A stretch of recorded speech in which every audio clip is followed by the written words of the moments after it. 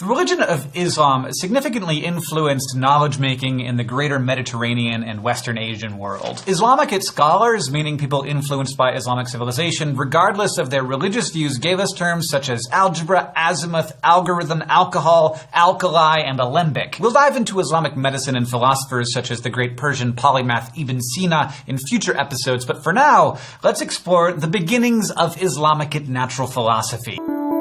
Islamicate power expanded rapidly after the Prophet Muhammad's death in CE 632.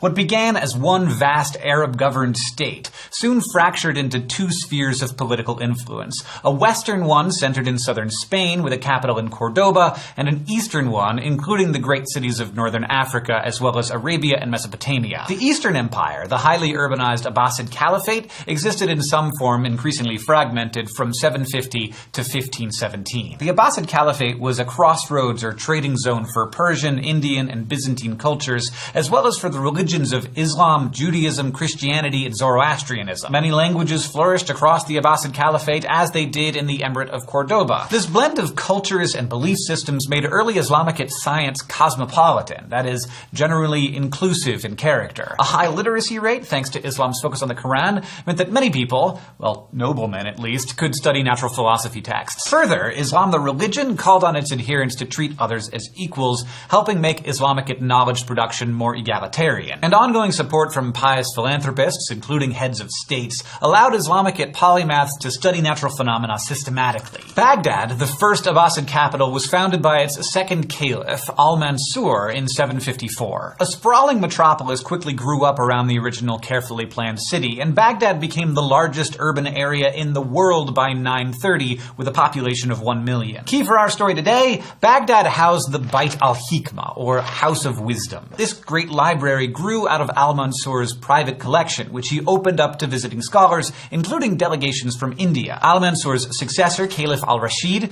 carried on this tradition. Al-Rashid also supported the translation movement, which we'll get to shortly. But first, let's reflect on his rule as a great example of the cosmopolitan character of the early Abbasids. Charlemagne sent a mission from France to al-Rashid's court in 799 with gifts, so in 802, al-Rashid sent Charlemagne an embassy, including an elephant named Abu Abbas and a water clock that featured clockwork knights who emerged once per hour. You could see the elephant's journey maybe as one origin of veterinary science. The Abbasid diplomats had to keep the elephant healthy walking from India to Baghdad to France, and it lived for years after in captivity. And to the Franks, the water clock was simply mind-blowing, something that they'd never imagined. But it was al-Rashid's successor, Caliph al-Mamun, who in 832 refounded the House of Wisdom specifically as an international center for translation and research. Al-Mamun was involved in the house's daily operations, and he sponsored knowledge production programmatically, inspiring his successors to do the same.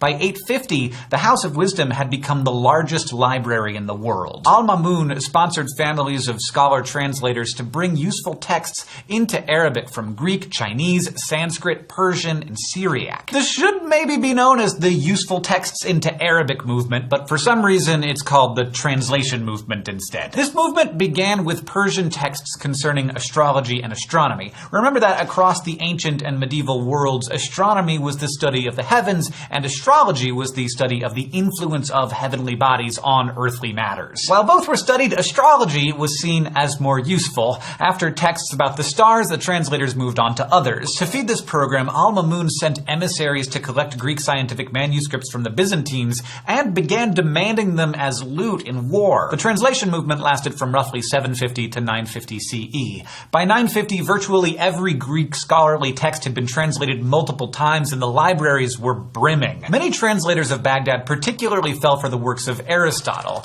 One of the greatest Islamicate philosophers, Ibn Rushd, is sometimes called the commentator, meaning the #1 Aristotle fan. To this day, more classical Greek commentaries on Aristotle may be available in Arabic than English. Why was Caliph al-Mamun so into Persian and Greek science? For one, supporting translations was a sign of civic status and a worthy cause. Al-Mamun also saw scientific translation as highly practical. For example, a better understanding of astronomy led to more accurate official timekeeping for mosques and improved geographical knowledge, helping more accurately align prayers to Mecca. The translation movement also fostered a strong appreciation for reasoned thought, at least among the ruling and scholarly classes. In fact, places of learning under the Abbasid Caliphate included observatories, hospitals, and public libraries, as well as mosques and madrasas, or Islamic colleges. Madrasas were critical centers of knowledge transmission. There were 30 in Baghdad in the 1200s, and 150 in Damascus by 1500. Each madrasa had its own library full of paper books. Paper had been introduced to Western Asia from China, and paper factories appeared in Samarkand, Baghdad, Cairo, Morocco, and finally in Spain by 1150. While they were religious centers, madrasas were also places where students could learn law as well as Greek natural philosophy, including logic and arithmetic, astronomy, and astrology. Abbasid scholars didn't merely translate foreign writers. In translating the texts, these polymaths wrote commentaries on them, comparing, summarizing, and analyzing them. Even when motivated by utilitarian concerns, the work of careful reading and comparison led many scholars to pursue new questions in natural philosophy. For example, observatories arose throughout the Islamic world. Al-Mamun built 2 observatories, one in Baghdad and another outside Damascus. At these sites, scholars refined astronomical handbooks called Zij that helped fix prayer times. In fact, by the late 9th century, Islamic polymaths such as Abu Mashar, the famous Persian physician Al-Razi, who we'll meet again soon, and the Indian-influenced Al-Biruni were even proposing heliocentric models of the solar system. Their theories went against Aristotle, but with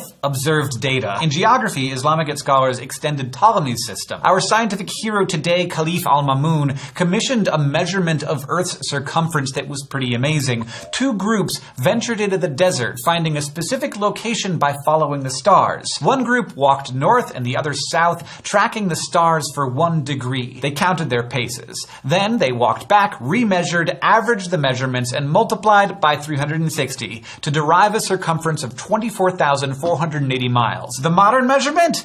24,901, less than 2% more accurate than the one made by Al-Mamun's team. And don't get me started on astrolabes, mechanical devices used for measuring incline by astronomers and navigators to determine the position of celestial bodies in the night sky, the ones Islamic astronomers improved on by adding the azimuth or direction of compass bearing, and then merged with the armillary spheres or models of the entire cosmos constructed from rings and hoops that revolved around their axes around 900 CE, and then improved into geared mechanical astrolabes in 1235? I'm looking at you, Abi Bakr of Isfahan. Meanwhile, back at the House of Wisdom, in addition to translation and improvement on Greek natural philosophy, scholars were also innovating in new realms. In mathematics, medieval Islamic scholars focused on arithmetic and algebra. They adopted the number 0 and the Arabic decimal-style numerals from India, using them so much that they became known to us as Arabic. They also developed trigonometry. One example of this work jumps out in particular. In 820 at the house,